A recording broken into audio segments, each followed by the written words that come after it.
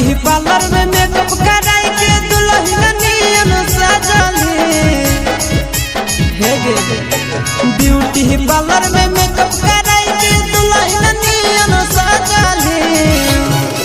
लगाई के fair lovely हमर पगली कहाँ चलली लगाई के फेयर लभली हमर पगली कहाँ चलली थपड़ी अब बजाई हो ढेर दिन मजा मोरली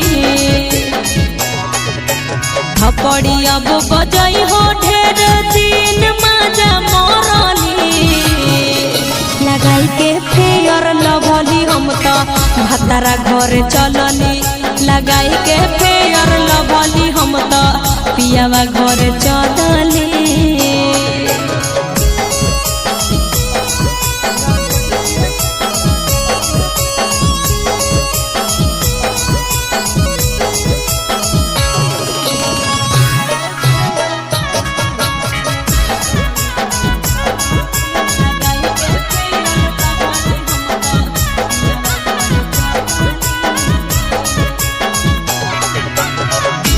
हर के नाता गेली भई हो ससुरार से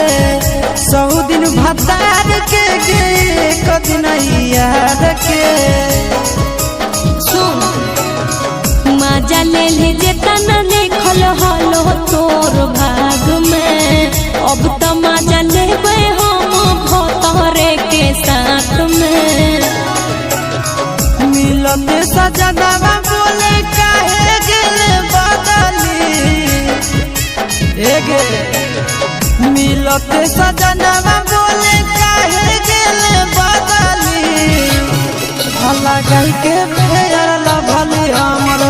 जन कहाँ चलली लगाई के फेयर लभली हम तो पियावा घर चलली